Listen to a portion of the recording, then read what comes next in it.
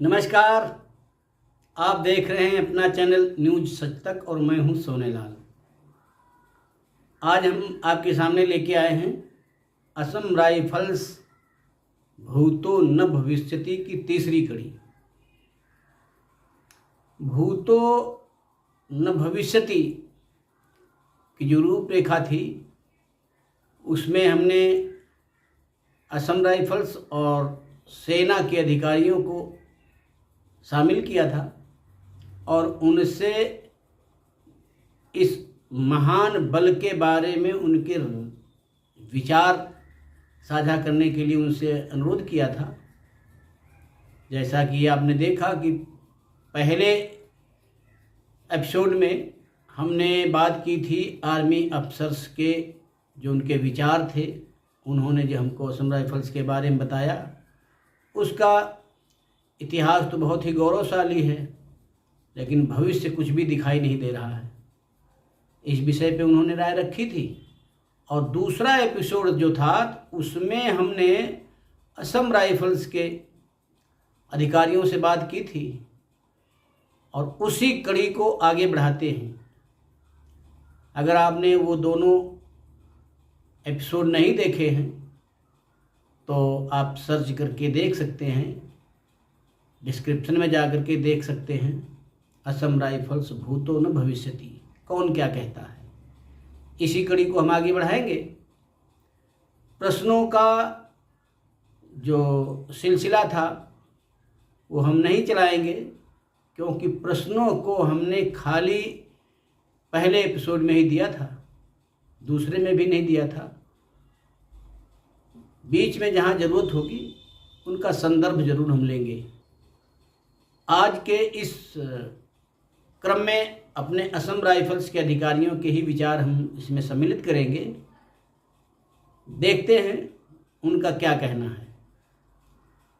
Assam rifles से commandant के पद से रिटायर्ड कमांडेंट एसपी सिंह साहब ने बताया और संक्षेप में उन्होंने कहा कि सोनेलाल जी, असम राइफल्स ड्यूअल कंट्रोल की वजह से उसकी स्थिति वो है जैसे धोबी का कुत्ता, न घर का न घाट का।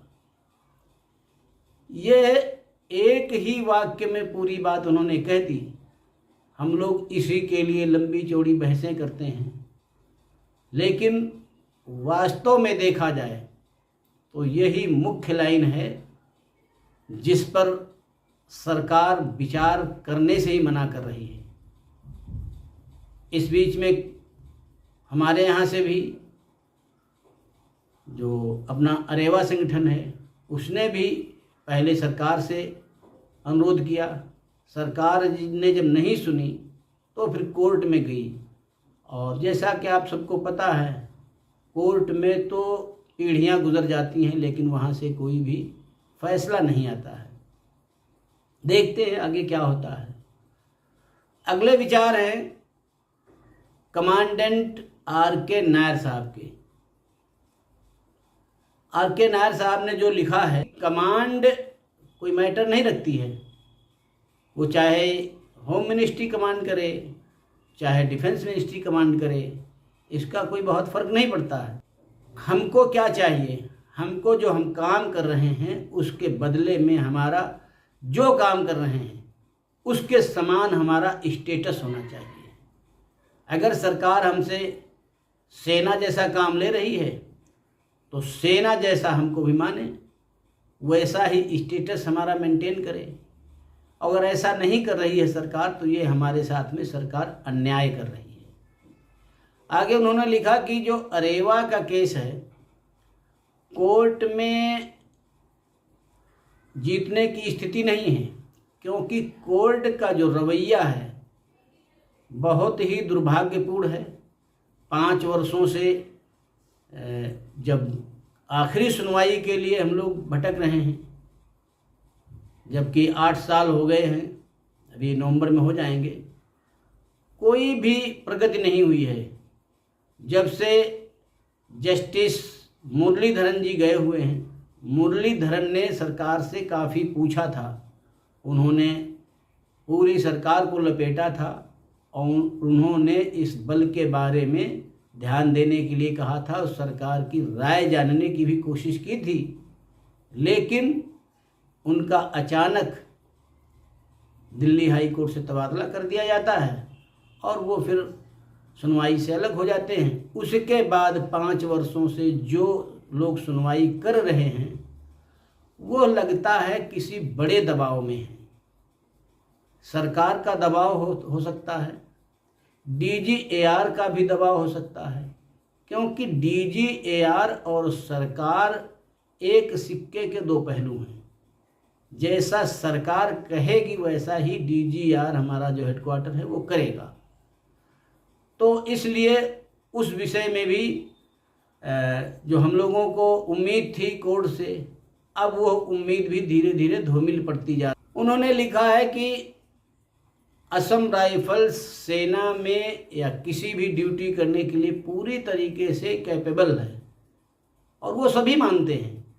जिन सेना अधिकारियों से भी हमारी बात होती है, असम राइफल्स के अधिकारियों ने तो खैर अपना 35-40 वर्ष का जीवन फौज में गुजारा होता है, तो उन्होंने तो देखा ही है। लेकिन जो 2 साल 3 साल के लिए भी सेना से असम राइफल्स में आते हैं लोग, वे लोग भी यही कहते हैं कि असम राइफल्स जो है वो हर काम में सेना से 21 है, 19 नहीं है। कुछ चीज़ों को उन्होंने इंगित किया हुआ है कि सेना से तुलना नहीं की जा सकती है। अब उनके अपने विचार हैं, उनको भी सुन लेते हैं। उन्होंने लिखा है कि AR is a capable force to perform any duty. Discipline is poor compared to army. Patriotism is nil compared to army. No regimentation among troops should deploy all over India and more strictness in law is needed. ये बहुत कड़ी बात उन्होंने कही है, उनके अपने विचार हैं। उन्होंने कुछ चीज़ों की तरफ इंगित किया हुआ है और उसका सबसे बड़ा कारण मैं मानता हूँ कि ड्यूअल कंट्रोल ही है, क्योंकि जो अधिकारी अपना है नहीं तो वो फिर अपना देखेगा, आपसे कोई मतलब नहीं है।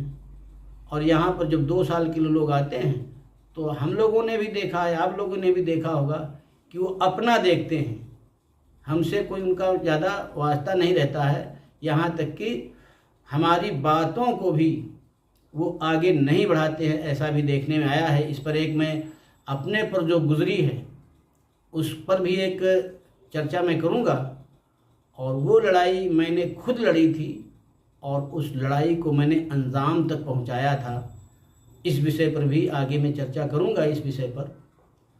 तो ये है हमारे कमांडेंट RK साहब नायर साहब का, जिन्होंने बड़ी साफगोई से वो चीज़ें उन्होंने जो हमारी कमियां हैं उनकी तरफ भी इशारा किया है और जो सरकार की कमियां हैं उनकी तरफ भी उन्होंने बहुत ही मतलब सधे अंदाज में और बिल्कुल कड़ाई से उन्होंने इन चीज़ों को रखा है।